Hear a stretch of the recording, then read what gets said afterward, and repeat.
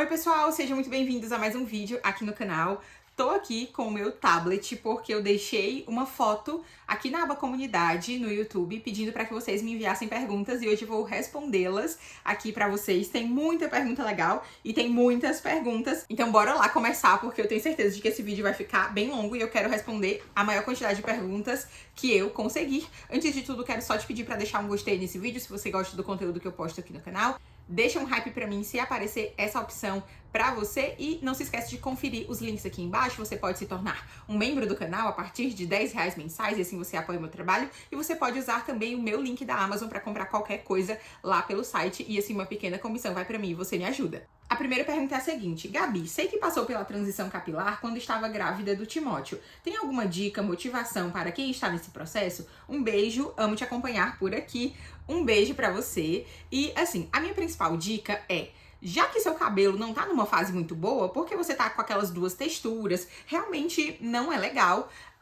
Então, capriche nas outras coisas que você pode controlar. Esteja sempre com uma roupa que você gosta, né? Você coloca aquela roupa e quando você se olha no espelho, você se acha bonita. Uma maquiagem, se você gosta de maquiagem, mesmo que leve no seu dia a dia, para que essas outras coisas compensem o seu descontentamento com o cabelo, porque realmente é uma fase difícil, o cabelo fica muito esquisito. E uma outra dica mais prática é: assim que possível, faça um corte. Não precisa ser o Big Shop, você não precisa tirar toda a química do cabelo de uma vez, mas vá num salão especializado em cachos e faça um corte. A pessoa vai saber te orientar, você vai dizer: eu não queria que meu cabelo ficasse tão curto, não queria tirar toda a química agora, mas um corte especializado em cachos vai deixar o seu cabelo melhor do que ele poderia estar nessa fase de transição. Então isso fez muita diferença mesmo pra mim. Próxima pergunta é uma que sempre aparece por aqui, que é: oi Gabi, tudo bem? Queria saber se você pretende seguir com o ensino homeschooling com o Timóteo, né? O ensino domiciliar.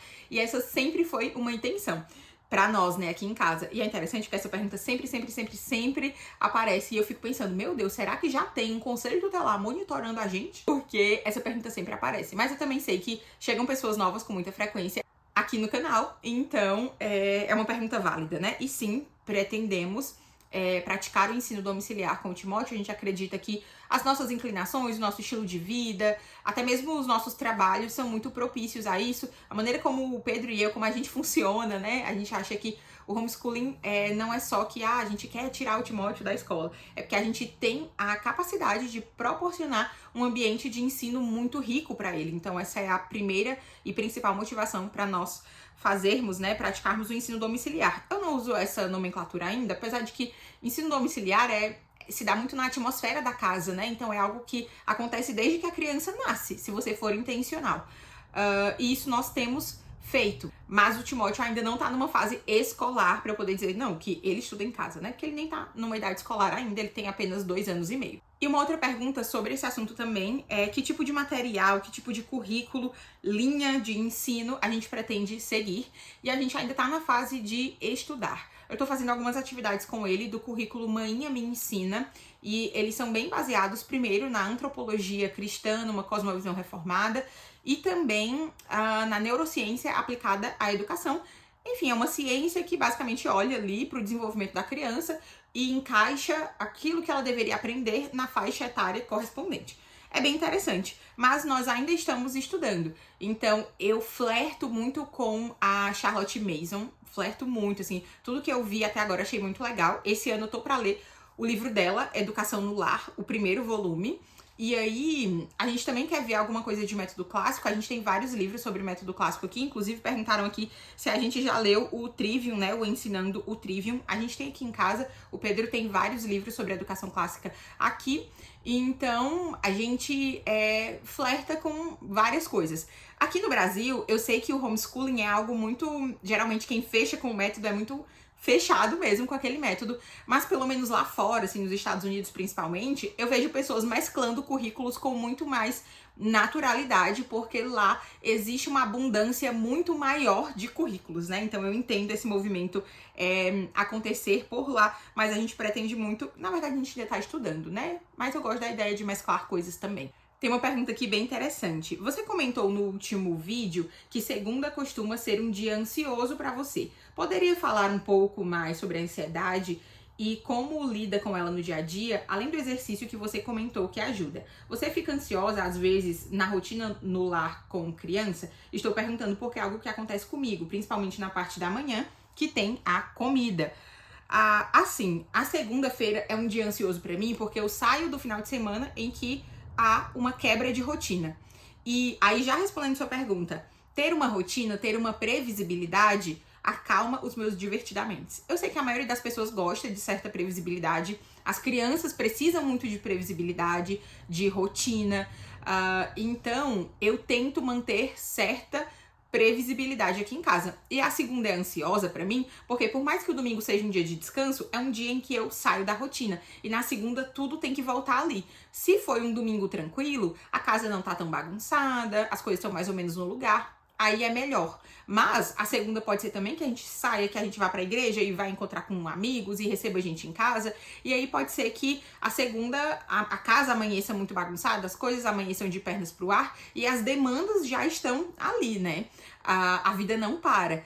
Na segunda-feira, pelo menos, a vida tá ali acontecendo. Então, por isso que a segunda é um dia ansioso pra mim. E realmente, como você comentou, a corrida me ajuda, porque a corrida realmente ajuda com ansiedade, é um exercício de alto impacto, então tem sido muito bom. Mas para além disso, a minha principal dica é organização e planejamento. É entender dia após dia, semana após semana, o que é que funciona melhor para nós aqui em casa em termos de rotina. Você falou, por exemplo, sobre a comida. Você fica ansiosa principalmente de manhã. Para mim, amanhã não é uma ansiedade, porque eu tento me organizar com o almoço, né? De repente ali no sábado, na sexta-feira, eu já preparo a refeição do domingo e já deixo alguma coisa pronta pra segunda-feira também. Então, não é uma ansiedade pra mim, o almoço, aquela correria da manhã. Pra mim, amanhã passa bem de boa, mas à tarde se arrasta demais, demais, demais, demais, demais. Às vezes eu já fiz tudo que eu podia fazer com o Timóteo e eu vou olhar no relógio, são 3h30. Aí eu fico, meu Deus. E olha que ele dorme de tarde. Então, teoricamente, eu tenho menos horas ali, né? Mas pra mim, a tarde se arrasta demais, demais, demais. E aí me dá, assim, não vou dizer meio que uma ansiedade, mas às vezes eu fico, certo, o que eu faço agora? Eu tenho coisas de casa pra fazer, mas tem uma criança aqui, então eu fico meio atarantada. Eu gosto de usar essa palavra, eu acho que cabe bem aqui. Mas é o que eu falei pra você, ter um bom planejamento, assim, uma rotina clara, flexível, saber exatamente aquilo que eu preciso fazer me ajuda muito, muito mesmo, porque a criança é imprevisível, a rotina dela não é imprevisível, pelo menos pra mim. Mas a criança é imprevisível. Às vezes ele fica de boa brincando com alguma coisa enquanto eu faço os meus afazeres. Às vezes ele quer minha atenção, às vezes ele quer quebrar a casa. Então, nesse sentido, há uma imprevisibilidade no comportamento da criança. Mas aí eu tento deixar todo o resto o mais previsível possível para que ele entre nesse ritmo e para que eu entre nesse ritmo também. Sair da rotina me abala profundamente. Claro que eu sei que eu não controlo todas as coisas, eu não quero, meu Deus, se isso acontecer ou deixar de acontecer, o mundo vai acabar. Não é dessa maneira, mas no que eu puder ser previsível, eu serei, né? A própria criação, os ritmos que Deus colocou no mundo exigem previsibilidade, né? A natureza, as estações do ano, dia e noite se seguindo. Então a gente também precisa disso e eu tento colocar isso na nossa rotina e me ajuda muito com essa ansiedade. Próxima pergunta também tem a ver com rotina. Mãe de 3 e muitas vezes sem tempo para mim. No momento não condiz com a realidade. Não sei exatamente a que ela tá se referindo, né? Acordo a noite toda e por isso não consigo acordar cedo para ter esse tempo. Como não se sentir mal? Eu acho que ela tá falando de momento devocional antes de todo mundo acordar, né? Assim, muitas vezes eu também não acordo antes de todo mundo para fazer devocional. Hoje, por exemplo, foi um dia que eu não consegui. Eu só tenho um filho e não é sempre que eu consigo. Então eu gosto de ter as duas opções. Tanto de acordar mais cedo e ter meu momento devocional antes de todo mundo acordar. Pra mim esse é o ideal. Antes do Timóteo acordar, né? Porque o Pedro acorda mais cedo. Então é o ideal pra mim. Mas eu também habituei o Timóteo a ficar ao meu redor enquanto eu leio a Bíblia e oro, né? De manhã. Então eu habituei. Hoje em dia ele fica lá tranquilo, quietinho, em silêncio? Ainda não. Mas eu dou alguma coisinha ali pra ele comer, converso com ele um pouquinho, volto pra ler minha Bíblia. É algo que funciona. Não é aquele momento perfeito, como eu disse, da criança sentada ali perfeitamente comportada. Não é, mas ele fica razoavelmente quieto enquanto eu estou lendo a Bíblia. Eu tenho esse cenário e também tenho um cenário em que eu consigo acordar mais cedo. Essas duas coisas existem na minha rotina hoje. Agora sim, você disse assim, como não se sentir mal? Gente, eu sempre toco no ponto da culpa aqui. Ficar remoendo, se sentindo mal por alguma coisa, não vai te ajudar em nada. A culpa, como é que a gente lida com a culpa? Se for algo que de fato é pecado, a gente precisa ir para os pés da cruz, se arrepender, pedir perdão a Deus. Se não for algo que é pecado, se for algo que é circunstancial nas nossas vidas, a gente precisa olhar de maneira mais até fria, sabe, para aquela situação e pensar, eu sei que você com 3 filhos, nem imagino, a mãe de 1 falando aqui da mãe de 3, mas você me pediu, você me perguntou uma coisa, né, aqui, então vou responder da maneira como eu posso responder. Você disse que acorda aqui muitas vezes durante a noite. A primeira coisa que eu faria é organizar a rotina e sono das crianças. Talvez você tenha um bebê muito pequeno, um recém-nascido, mas a primeira coisa que eu faria, assim, com toda certeza, é organizar o sono das crianças na medida em que ele pode ser organizado. Então, uma criança de 3 anos tem plena capacidade de dormir a noite inteira. Uma criança de 3 meses não tem essa capacidade. Aí você vai, de acordo com o que é esperado da criança naquela faixa etária, adequar e organizar o sono da criança. Porque, gente, eu bato muito nessa tecla porque a gente normaliza não dormir, mas a gente precisa dormir, né? Então, antes de você se sentir mal porque não consegue acordar cedo, é claro que você não vai conseguir acordar cedo se você passar a noite inteira acordando. Então, eu sinceramente, eu investiria toda a minha energia primeiro nisso, em organizar o sono das crianças para que você ficasse mais descansada, para que as suas crianças descansassem melhor, para que vocês tenham uma rotina melhor, porque as crianças precisam ainda mais do que nós dormir, né? De novo, aquilo que é esperado para a idade delas. Uma criança de 3 anos, como eu disse, tem plena capacidade de dormir a noite inteira. Uma criança de 1 e pouco, já tem também. Uma criança de 1 mês, 2, ainda não tem essa capacidade. Mas aí você vai de acordo com a faixa etária dela. Inclusive, alguém me perguntou aqui qual foi o curso de sono infantil que eu fiz. Eu fiz o curso da Marcela Moura. Eu vou deixar o Instagram dela aqui embaixo. Eu sempre falo da Marcela. E eu falo. E as pessoas continuam, não essa pessoa que me perguntou agora, mas especialmente lá no Instagram, que eu marco muito a Marcela. E aí as pessoas ficam me perguntando assim sobre sono. Gente, é sério, a Marcela mudou a maneira como a minha maternidade acontece, como a rotina daqui de casa acontece, porque desde muito cedo eu consegui organizar o sono do Timóteo de acordo com a faixa etária dele. E isso ajuda em todas as outras coisas, porque nós precisamos de descanso, sabe? As pessoas dizem muito que, não, quando tiver uns 5 anos é melhor, ele começa a dormir direito. Mas nós precisamos tomar as rédeas disso, sabe? E é possível. Eu tô dizendo isso aqui pra vocês e talvez você que tenha muito problema com sono infantil esteja se sentindo ofendida, atacada. Eu não estou fazendo isso. O que eu quero dizer é que é possível. Eu digo isso porque eu achava que não era, né? Eu não, que isso é mesmo, tem criança, nunca mais vai dormir, esse tipo de discurso que as pessoas dizem muito pra gente. Mas, gente, é possível. As crianças precisam dormir. E nós também. Vai ser perrengue, vai ser difícil, porque as pessoas acham assim, não, se teu filho dorme, é porque tu teve sorte. Porque a maioria não dorme.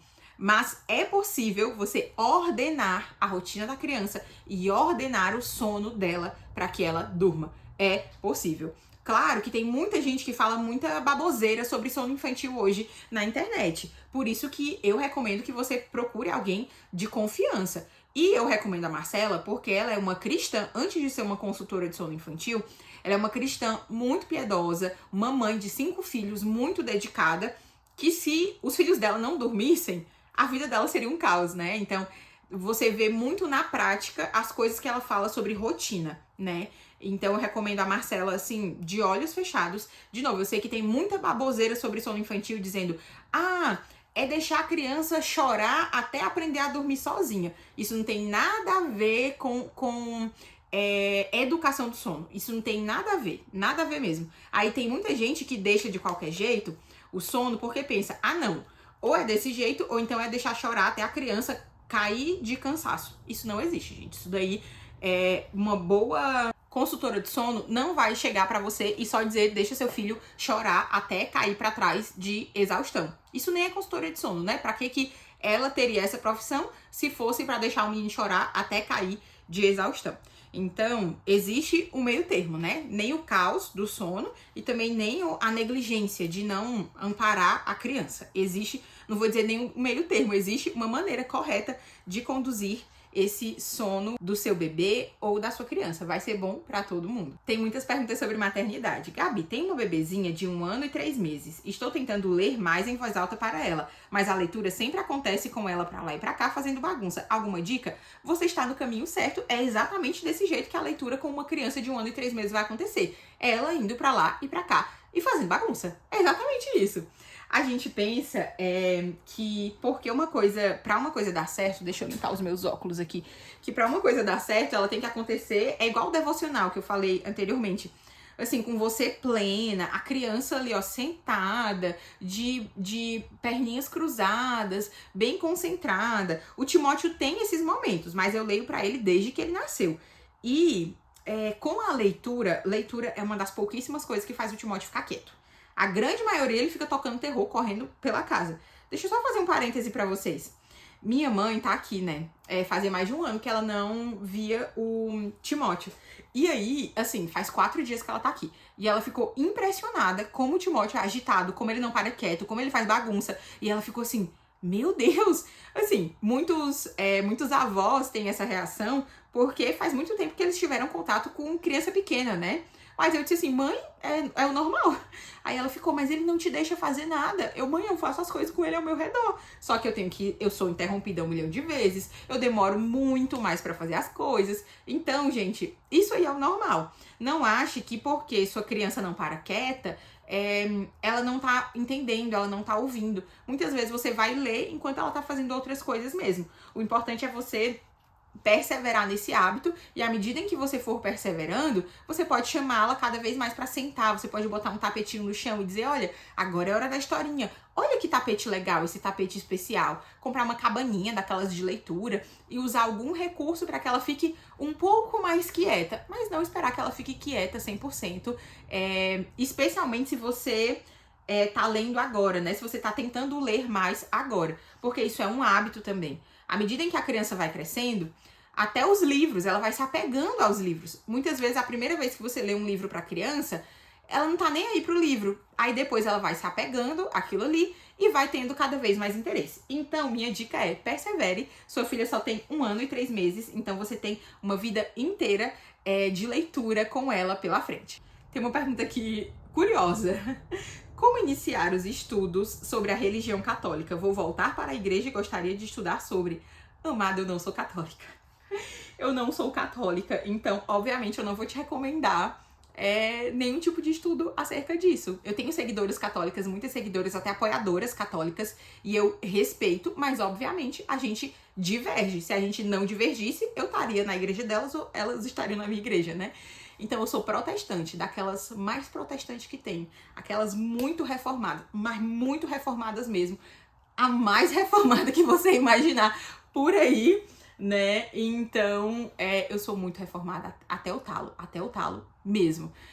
Já estudei catolicismo, teve uma época, assim, quando eu tava ali no começo dos 20, né? Tinha um boom de gente se tornando católico, então eu estudei catolicismo, mas eu sou muito convicta da minha fé protestante. O que eu posso te recomendar é que você leia a Bíblia, né? Que você leia a Bíblia. Na verdade, todas as perguntas que eu estou lendo aqui poderiam ser respondidas com essa resposta, né? A Bíblia, né? A gente vai encontrar lá a sabedoria de Deus pra gente viver de uma maneira que agrade ao Senhor. Próxima pergunta. Gabi, você tem um clube do livro? Se sim, como participo? Tenho sim, o meu clube do livro funciona pela plataforma Apoia-se. É uma plataforma de apoio coletivo, tipo o Catarse, né, que eu acho que é mais famosa. Então, é uma plataforma de apoio coletivo e lá, o link tá sempre aqui, é sempre o primeiro na descrição. Você tem várias faixas de apoio. E aí, a partir de determinado valor, você pode fazer parte do nosso clube do livro dos apoiadores. No momento, nós estamos lendo o livro Caminhando como Filhas Amadas. A gente tá na metade dessa leitura, mas você pode entrar no clube do livro a qualquer momento, porque o clube do livro funciona por meio de vlogs de leitura.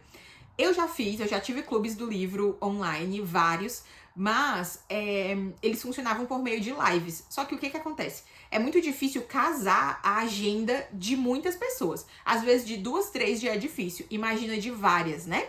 Então, o Clube do Livro funciona por meio de vlogs. Esse livro, por exemplo, que a gente tá lendo, tem 8 capítulos. A gente lê 2 capítulos por vlog. Então, você lê o capítulo 1 e 2, o vlog dos capítulos 1 e 2 estarão lá pra você. Aí você lê no seu ritmo, no seu tempo e consegue acompanhar as minhas impressões através do vlog de leitura. Eu amo esse formato de vlog de leitura, gosto de consumir bastante esse formato de conteúdo.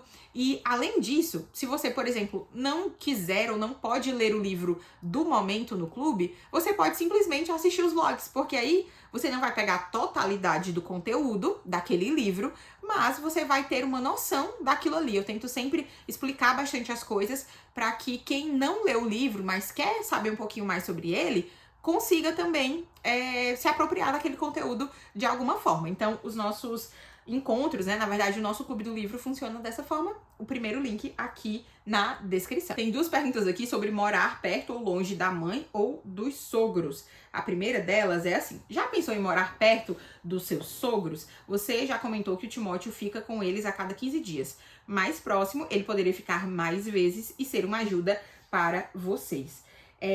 Eu falei sobre isso primeiro. Meus sogros moram numa cidade muito próxima aqui a Caxias do Sul. É tipo um distrito da cidade aqui de Caxias do Sul. É uma meia hora, mais ou menos, de carro. Não é tão longe assim, apesar de ser outra cidade. A primeira coisa é que a gente nunca pensou nisso, porque a gente sempre estruturou, eu falei isso num dos vlogs que saíram, né, na semana de vlogs. A gente sempre estruturou bem a nossa rotina para que nós fôssemos capazes de fazer aquilo que precisa ser feito minimamente entre nós mesmo, o Pedro e eu, aqui em casa. Eu só tenho um filho, né? Se eu tivesse, assim, 5 filhos, né? Mas, por enquanto, eu só tenho um filho. E não é um desejo nosso que o nosso filho ou os nossos filhos no futuro passem muito tempo em outros lugares. Os meus sogros são maravilhosos, gente. São crentes, são maravilhosos. Inclusive, hoje, o Timóteo foi pra lá junto com a minha mãe. Minha mãe tá aqui, né? E aí, das vezes em que minha mãe veio pra cá, pra Caxias, ela sempre passa um dia lá na chácara dos meus sogros. E hoje, os 2 foram pra lá. Mas, a gente... não é um desejo nosso. Seria de mais ajuda? Seria de mais ajuda. Mas pra mim, gente, é o meu dever. E assim, gente, eu já disse pra vocês que eu aceito a ajuda. Minha mãe tá aqui, ela vai passear com o Timóteo de vez em quando. Se os meus sogros disserem, olha, amanhã podemos passar aí pra pegar o Timóteo? Show! Mas via de regra ele vai uma semana sim, uma semana não.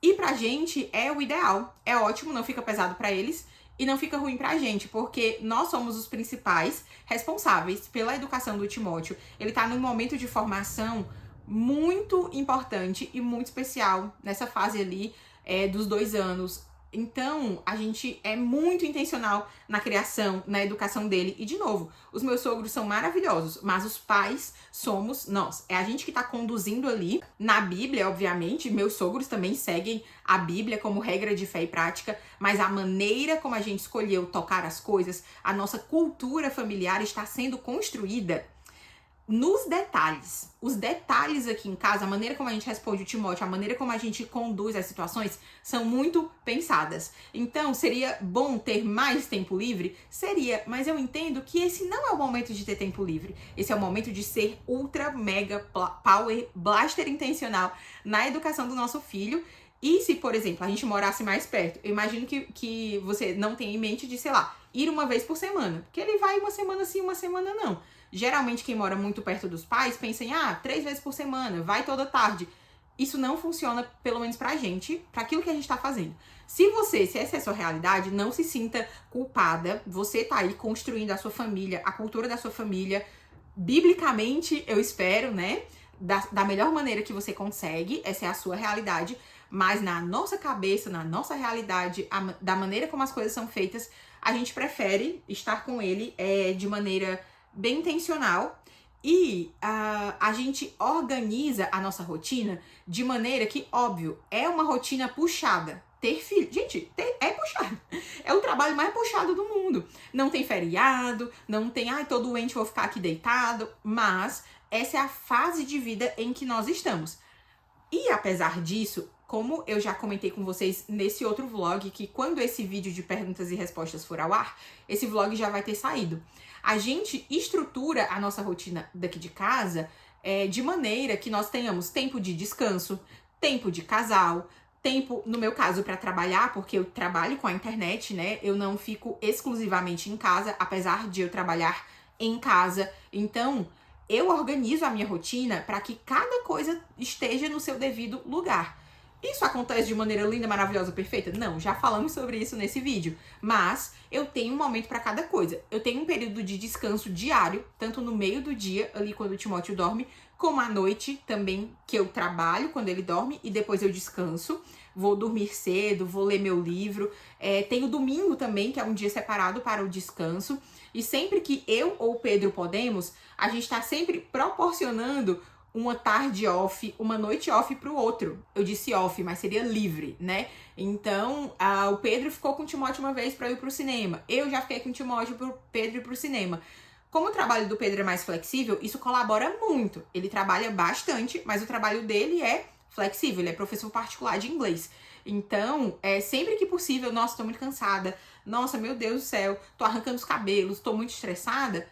Não é sempre, eu disse sempre que possível, né? Não é sempre, mas quando possível, ele me libera, eu libero ele. E aí a gente vai se ajudando e conduzindo as coisas dessa maneira. Mas a gente entende que esse é o período mesmo que nós estamos vivendo. E aí tem uma outra pergunta sobre isso de morar perto ou morar longe, ó. Oi, você se sente culpada por ter ido morar longe da sua mãe? Eu sou do Rio de Janeiro e vim morar em Santa Catarina por casamento e também por condições de vida melhores. Mas eu me sinto extremamente culpada por estar longe dos meus pais. Isso é uma crença limitante minha? Você já sentiu essa culpa? E na visão da Bíblia, será que estou certa? Talvez eu tenha isso porque minha família de vez em quando me dá indiretas de que a abandonei. Quero saber sua opinião. Olha, eu não me sinto culpada. Eu sinto tristeza, saudade, mas eu não me sinto culpada.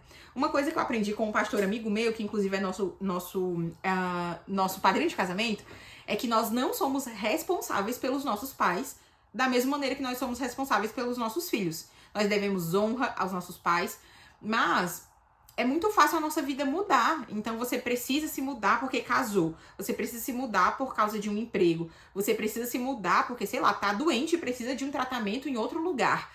Então, a vida acontece. Talvez, sei lá, se você tivesse ficado no Rio, sua mãe quisesse se mudar. E aí, o que você ia fazer? Você ia seguir sua mãe? Qual é a visão da Bíblia sobre isso? Você citou, né? A visão lá de Gênesis, isso também aprendi com esse pastor, que é nosso padrinho de casamento, e ele também deu o curso de noivos para nós. A visão bíblica é deixar pai e mãe. É isso, quando você se une com alguém, você está formando uma nova família. Você deve respeito, você deve honra aos seus pais, ajudar em tudo que você puder ajudar, amá-los assim de maneira sacrificial, com ações, da maneira que você puder amá-los e servi-los. Mas você é uma só carne com o seu marido, né? Então eu sei que você mudar de lugar depois que você casa, mudar de estado, é difícil mesmo. Você sempre vai estar com esse coração um pouco dividido, no sentido de que você passou a sua vida inteira num lugar e foi para outro lugar, e tem essa distância muito grande com a sua família de origem, né? A maioria das pessoas vai casar e vai morar no mesmo lugar, pode almoçar no domingo com a mãe, pode, enfim, né? Tá sempre mais perto. Mas, gente, é uma escolha. Você fez essa escolha e quanto mais rápido você resolver essa escolha que você fez na sua cabeça, melhor você vai viver. Isso aí foi uma escolha que eu fiz e pensar nisso me ajuda a lidar com a saudade, com a distância. E se os membros da sua família ficam te dando indiretas, ai, amada, aí é que você não tem o que fazer mesmo. Gente que vai reclamar sempre. Sua mãe tá acamada, tá precisando de cuidados muito intensos, aí e você não tá nem aí? Esse é o caso? Se não for esse o caso, se sua mãe consegue viver, se manter, né, ali, não tá precisando de nenhuma ajuda super focada, aí o que acontece é só que você seguiu o curso natural de quando você casa. Você formou uma família e acontece que essa família tá em outro lugar, né? Então tem muita gente que simplesmente vai embora, porque vai para um intercâmbio, vai morar em outro país. E essas situações acontecem, né? Só que a gente tem que lidar com isso. Você sempre vai ter essa meio que divisão, mas você é uma só carne, é com o seu marido, aquela lá é sua família, continue amando, respeitando, honrando, como a Bíblia fala, né? De honrar os pais. É isso que você vai fazer, honrar os seus pais. Mas uma só carne, uma família nova você é com o seu marido. Gabi, referente à criação de filhos, o que você considera como o maior desafio na maternidade? Como tem lidado com isso e o que tem feito para mudar, se sente necessidade? Gente, eu acho que o maior desafio é que você precisa educar uma criança, que é uma tarefa. A gente tá falando de sono, né? Antes. Gente, o sono, não vou dizer que não é nada. É uma grande etapa, né? É uma coisa que vai te ajudar muito em tudo. Mas educar uma criança é muito mais difícil do que ensinar uma criança a dormir. Inclusive, ensinar a dormir faz parte de educar também, né? Nesse sentido, você vai educar o sono, educar os hábitos da criança. Mas educar é muito difícil. E educar biblicamente é mais difícil ainda. Porque você tem que tratar o coração da criança. Não é só os hábitos, não é só o comportamento. Nós, como mães e pais cristãos, nós não estamos buscando produzir um bom cidadão. A gente está buscando, né, instruir, inculcar a palavra de Deus nos nossos filhos para que eles venham a conhecer ao Senhor. E pastorear o coração, tem um livro com esse nome, né? Tratar ali no coração e não apenas o comportamento é muito difícil. E o que é difícil é que você precisa fazer isso enquanto você faz muitas outras coisas. Mas foi assim que Deus nos chamou, né? Quando a Bíblia diz lá em Êxodo que a gente tem que inculcar a palavra de Deus nos nossos filhos, enquanto a gente vai no caminho, ao deitar, ao levantar, escrever nos umbrais das portas, o que isso significa? Que você vai inculcar a palavra de Deus, instruir aquela criança enquanto você toca a sua vida. Enquanto você tá ali atarefada na segunda-feira, porque a casa amanheceu de pernas pro ar, e aí tem o almoço pra fazer, e tem as coisas pra fazer, e tem trabalho, se você tiver trabalho extra, né? Pra fora de casa, você tem que educar a criança enquanto você lida com essas outras coisas. E quando você faz esse processo externo, você precisa de santificação interna. Porque você vai precisar trabalhar a sua paciência, você vai precisar trabalhar o seu egoísmo, você vai precisar trabalhar 1000 coisas em você. Então é uma obra do Espírito Santo que está acontecendo na sua casa, na sua família, na sua criança e em você. E isso é difícil. A gente precisa, cingir os nossos lombos de força para abraçar essa realidade, né? É um desafio muito grande. Então, esse é o meu maior desafio. Ter paciência, ensinar, não simplesmente entregar a criança às suas próprias vontades. Porque quando o Timóteo tá, sei lá, tocando o terror, eu poderia deixar ele fazer alguma coisa errada, cultivar algum hábito que eu sei que não é bom, só pra eu conseguir fazer minhas coisas em paz, né? Mas eu sei que não é assim que funciona. Eu preciso educá-lo, eu preciso instruí-lo. E aí, gente, é paciência, mas é muita força mesmo, né? Mas aí a gente olha lá pra Bíblia que nos diz que o Senhor renova as nossas forças, né? E aí a gente vai sendo renovado à medida que a gente vai fazendo tudo isso. E é lindo, gente. É muito caótico às vezes, é desesperador às vezes, mas também é lindo, sabe? Ver nosso filho lá, ó, de mãozinha assim, junta pra orar. E quando a gente esquece de fazer um devocional, ele diz, lê a Bíblia. Orar, vamos cantar? Então, isso é lindo também de ver a obra do Senhor sendo feita nos nossos filhos, na nossa casa e em nós também. Ainda bem que vocês gostam de vídeos longos, porque esse aqui deve estar enorme. E a próxima pergunta é, Gabi, quais livros te formaram como mulher? Quais livros você considera indispensáveis para moças solteiras? Assim, eu acredito que esses livros que eu vou falar aqui não vou dizer que são indispensáveis, mas o que eu vou falar aqui é indispensável para moças solteiras e casadas. E vai te ajudar muito enquanto solteira. Porque eu acho que a solteira tem que estar com sua identidade muito bem firmada para não fazer escolhas erradas, né? Escolhas erradas quanto ao pretendente aí. E os livros que me formaram como mulher não foi nenhum livro voltado para feminilidade. Foi estudo de boa teologia, teologia densa. Ali no final da minha adolescência, para início da vida adulta, teve aquele boom de teologia reformada na internet e Fortaleza, que é a cidade em que eu morava, viveu muito esse boom da teologia reformada. Tinha muita conferência teológica, muito grupo de estudos. Eu tinha um grupo de estudos reformados no intervalo do meu ensino médio, assim, na escola, né? Então, foi mergulhar profundamente na teologia reformada que me formou como mulher, porque se nós queremos conhecer quem nós somos, nós precisamos conhecer o nosso Criador.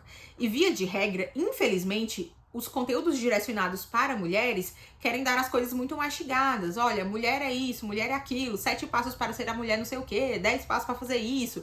Mas no final das contas, mulheres e homens precisam conhecer quem eles são em Cristo. A coisa mais importante, acho que foi o A.W. Tozer que disse isso, sobre nós é aquilo que nós sabemos sobre Deus, né? Então nós precisamos conhecer a Deus.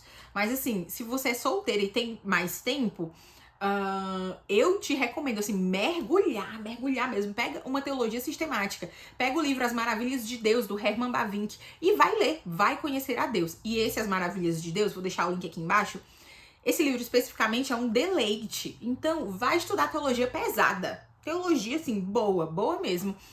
Isso vai te ajudar muito. Eu digo isso porque hoje em dia eu não tenho tanto tempo para ler livros tão mais... Esse livro nem é complexo, que eu citei aqui. Esse livro não é um livro complexo. Mas ali, do final da minha adolescência pro começo dos 20 e poucos, eu tinha muito mais tempo e eu li livros muito mais complexos do que os livros que eu costumo ler hoje, pelo menos na fase de vida em que eu estou.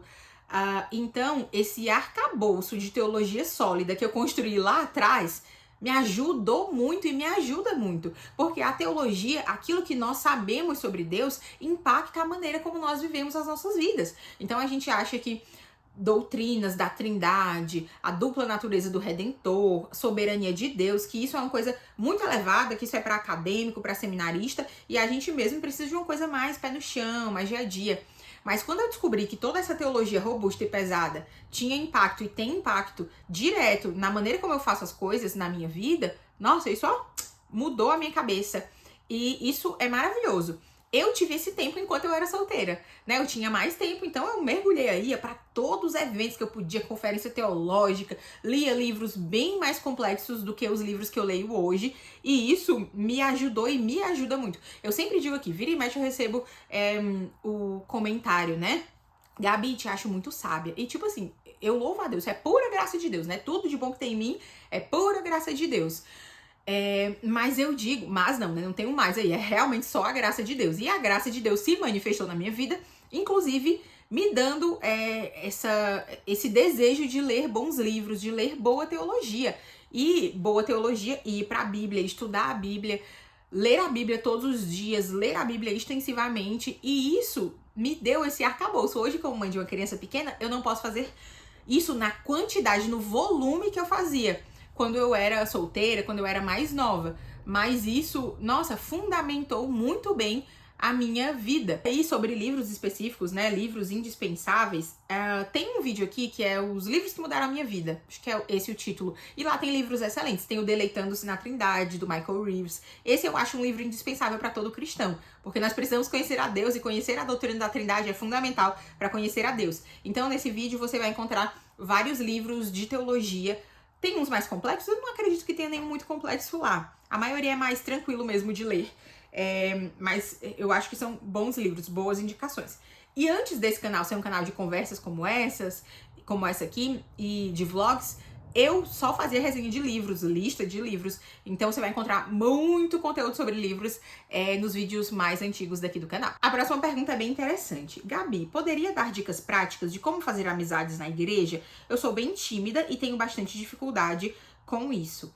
A minha dica prática é você chegar, se aproximar de pessoas que são um pouco... Sabe aquelas pessoas que você sente que você tem um pouco mais de facilidade de conversar? Tem gente que parece que a conversa é travada, né? Você não consegue conversar direito, assim, pelo menos não de primeira com a pessoa. Mas tem pessoas que naturalmente, a pessoa é mais extrovertida, a pessoa tem esse manejo, assim, melhor das conversas. Então, eu te diria para se aproximar dessas pessoas. Nossa, eu achei a fulana tão simpática, ela me recebeu bem, ela me deu um bom dia, ela me deu uma boa noite. Então, ela se mostrou essa pessoa, né? Um pouquinho mais aberta. Aí eu iria por aí, né? Eu iria por aí, colaria. Dizem que todo introvertido e tímido precisa de um extrovertido para colocá-lo, né, na roda de conversa e tal.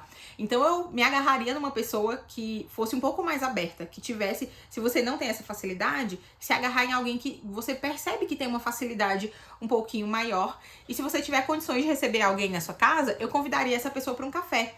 Ou de repente chamar para um café na sua casa ou para um café em outro lugar. Parece meio cara de pau, para quem é tímido deve ser assustador, mas eu também fico meio assustada de conversar, isso porque eu não sou tímida, né? De conversar com pessoas com quem eu não tenho tanta intimidade.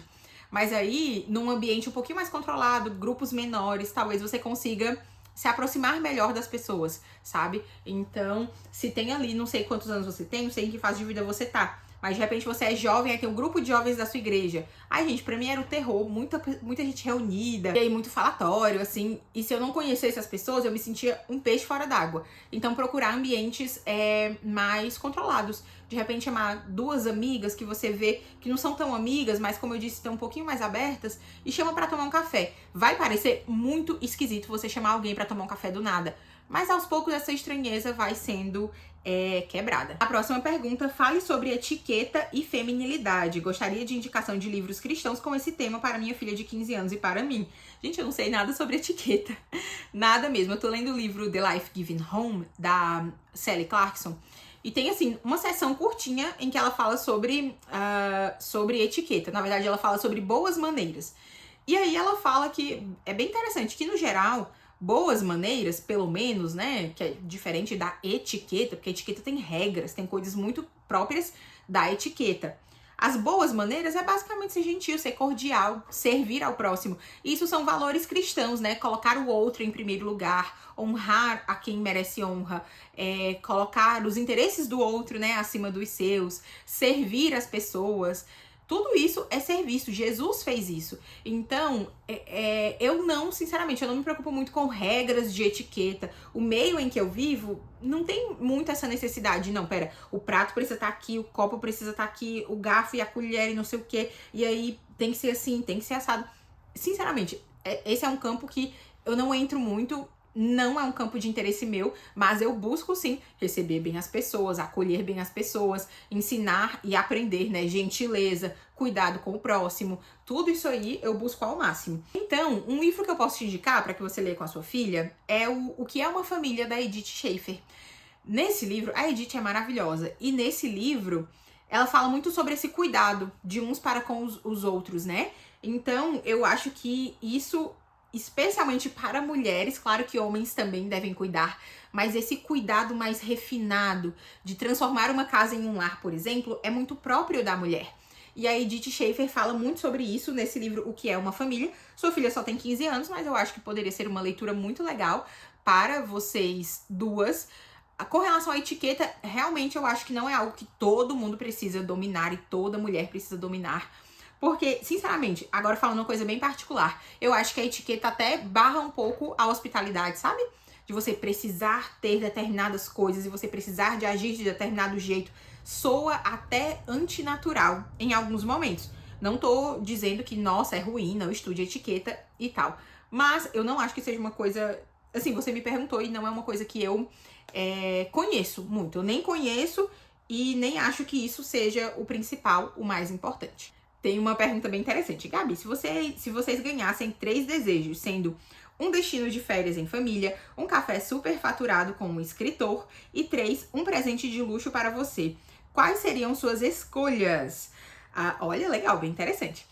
O primeiro, um destino de férias. Gente, o Japão, assim, com toda certeza, eu nem piscaria. É o nosso sonho de viagem em família. Japão, assim, com toda certeza. Só que, meu Deus, só se fosse, assim, um gênio da lâmpada mesmo, chegando assim e dizendo pra onde vocês querem ir. Porque é uma viagem caríssima. É exatamente do outro lado do mundo, né? Então, um destino de férias seria o Japão. Nossa, gostaríamos muito. Um café super faturado com um escritor. Um escritor vivo, que assim, se pudesse morto também, né? Seria a Edith Schaefer. Eu ia dizer o C.S. Lewis, mas eu não sei. Eu acho que eu ficaria muito travada com o C.S. Lewis. Acho que seria a Edith Schaefer. Eu ia amar tomar um café com ela. Mas uma viva, seria a Rosaria Butterfield. Ela tem uma influência enorme na minha vida. E seria um prazer tomar café com ela. Ir lá na casa dela, tomar um café. Podia ser um café super faturado na casa dela. Eu gostaria muito de estar na casa dela. Então, seria a Rosaria Butterfield. Gostaria muito, assim, eu tenho o privilégio de já ter tomado café com alguns dos meus autores preferidos. Então, já estive num evento com o Emílio Garofalo, então a gente já almoçou, né, com outras pessoas, mas já almoçamos ali, conversamos bastante num evento. O pastor Leandro Lima, que é autor da saga Olan, já tomamos café da manhã no hotel, né, que a gente ficou hospedado no mesmo hotel, nesse mesmo evento. Então eu tenho o privilégio de conhecer vários dos autores de que eu gosto, sabe? Então esse privilégio aí das coisas que você botou aqui, esse foi o mais possível, inclusive até realizado já foi. E um presente de luxo, gente, não faço a menor ideia. Porque assim, eu poderia dizer até que eu não conheço nada de luxo, mas tem algumas pessoas que eu sigo, que eu gosto de acompanhar. Tem uma moça aqui no YouTube que ela só fala de mercado de luxo. E eu acho bem interessante saber a história das marcas, saber as padronagens, os modelos de cada marca de luxo. Eu acho legal a título de história, sabe? Tanto da história da marca, como de histórias de, enfim, grandes marcas de luxo. Eu acho bem legal, eu acho um tipo de curiosidade, de conhecimento interessante. Isso é um tipo de entretenimento legal. Mas eu nem manjo, assim, eu não tenho nenhum sonho de consumo de mercado de luxo. Pra mim, um luxo atual seria morar numa casa com bastante grama, assim, um quintal ou então um pátio na frente, sabe, com muita grama, árvores frutíferas. Tudo bem que a gente tem um pé de tangerina aqui, eu já acho, assim, uma riqueza, um luxo também. A gente mora, graças a Deus, numa casa com tamanho bom, assim, bem bom. Então, não que eu esteja insatisfeita com a minha casa, mas se fosse pra pensar em outra coisa, numa coisa assim de luxo, pra mim ter uma casa enorme, não tão grande a ponto de eu não conseguir limpá-la, assim, com um gramado bem grande, com uma caixa de areia, assim, pras crianças, né, futuras crianças, e aí árvores frutíferas para as crianças subir no pé das árvores. Não sei se eu moraria num sítio, acho que a gente não daria conta de cuidar de um sítio, mas só de ter bastante grama, árvores frutíferas, um parquinho, assim, um escorregador e um balanço, assim, para as crianças, já seria, assim, o luxo puro pra mim. Muitas perguntas sobre livros. Oi, Gabi, por quais livros começar a ler C.S. Lewis? Gostaria de iniciar depois de te ouvir falar tanto. Gente, pra quem não sabe, o Lewis é o meu autor preferido da vida desde muito tempo. Faz, assim, eu tô com quase 30, faz uns bons 10 anos que o Lewis é o meu autor preferido. E assim, eu diria pra você começar por Cristianismo Puro e Simples. Só que muita gente diz ter muita dificuldade com Cristianismo Puro e Simples de início. Mas tem um livrinho maravilhoso chamado O Peso da Glória, que eu acho que são vários ensaios. Então são ensaios curtos, de temas fechados ali. A maioria não tem tanta ligação um com o outro. Mas esses ensaios, eles já trazem muito do Lewis verso, digamos assim, né? Do universo de C.S. Lewis. Então, muitos pontos muito importantes para aquilo que o Lewis produziu está ali no livro O Peso da Glória. É um livro com artigos mais fáceis. O primeiro, especialmente, é bem cativante, assim, você vai conseguir ler bem tranquilo. Então, eu indicaria O Peso da Glória. Depois você pode seguir para Cartas de um Diabo ao Seu Aprendiz, que também é um livro bem... Você vai querer continuar lendo. E você poderia ir aí para Cristianismo Puro e Simples. Mas assim, se você ainda não tiver lido as Crônicas de Nárnia, eu sugiro que você leia as Crônicas de Nárnia. Porque tem muitos temas que o Lewis traz de maneira muito mais complexa em outros livros, como A Abolição do Homem, por exemplo, que é tido como um livro bem difícil do Lewis, que ele trata em As Crônicas de Nárnia de maneira muito mais simples, porque é um livro infantil. Então, muito do que o Lewis pensa sobre tudo tá lá em As Crônicas de Nárnia de maneira muito mais simples, né? O tema da educação que ele aborda ali na Abolição do Homem, você vai ler o livro A Viagem do Peregrino da Alvorada, tá lá, sabe? Então, os grandes temas do Lewis estarão lá nas Crônicas de Nárnia, mas se você não quiser começar por uma ficção, eu recomendo O Peso da Glória. Outra pergunta sobre livros. Quais livros infantis você recomenda? Tem uma pequena leitora de 1 ano e 4 meses.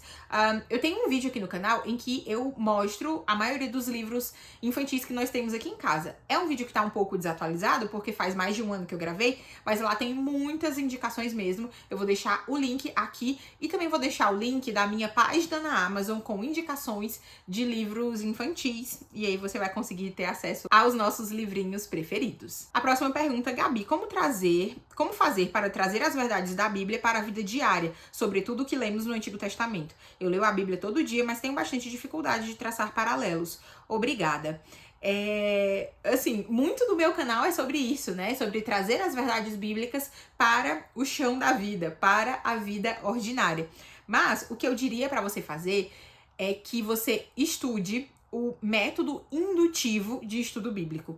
Tem vários vídeos no canal do Graça em Flor. Tem muitos vídeos lá muitas séries de estudos em que a Francine, que é a líder do Ministério Graça em Flor, te pega pela mão e vai te ensinando o método. Eu digo isso porque o método tem 3 etapas: a observação, a interpretação e a aplicação. Então você não está conseguindo aplicar o texto bíblico à sua vida. Talvez você precise voltar e observar melhor esse texto, interpretar melhor esse texto, e aí você vai conseguir aplicar melhor essas verdades bíblicas, e você vai ver que o Antigo Testamento é um tesouro de muita, muita, muita sabedoria, né, para a nossa vida comum, para a nossa vida diária. Gente, acho que eu vou responder só mais 2. Gabi, o que pensa do excesso de foto, divulgação e exposição durante os cultos? Eu sinto que estão indo além da conta e muitas vezes fazem com as pessoas percam foco no culto, que é a presença de Deus. No momento você está orando ou adorando ao Senhor, mergulhado na presença dele, do nada uma luz e flash na sua cara. Gente, eu acho isso terrível. Quando foi que a gente normalizou isso? Eu já acho ruim, tipo, beleza, ter alguém pra tirar uma foto ou outra do culto, você ainda pode argumentar isso aí, o lugar disso. Mas ter uma equipe que vai deixar de cultuar para tirar foto do culto, eu acho problemático. E aí tem toda um fomento a essa performance durante o culto, porque você precisa estar de uma maneira espiritual assim, para que a foto fique boa. Gente, se vocês me vissem cantando na igreja, vocês iam dizer, essa aí é crente? Porque eu canto lá, mãozinha pra trás, cantando assim, ó, normal. Mal fecho os olhos, dificilmente faço isso. Tenho que ficar de olho na minha criança, né?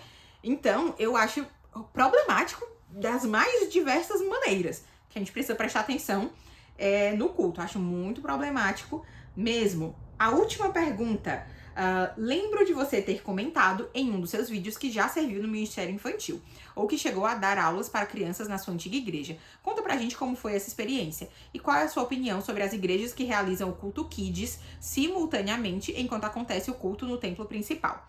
Olha, eu vou contar pra você a minha experiência e a minha opinião baseado na minha visão teológica, né? Como eu disse pra vocês, aquilo que eu estudei, aquilo que eu conheço, fundamenta as minhas práticas. Então, contando primeiro a minha experiência. Sim, eu servi no Ministério Infantil dos 12 aos 21 anos. Então, foram 9 anos aí da minha vida, quase que domingo após domingo, servindo no Ministério Infantil, servi em todas as idades que você puder imaginar.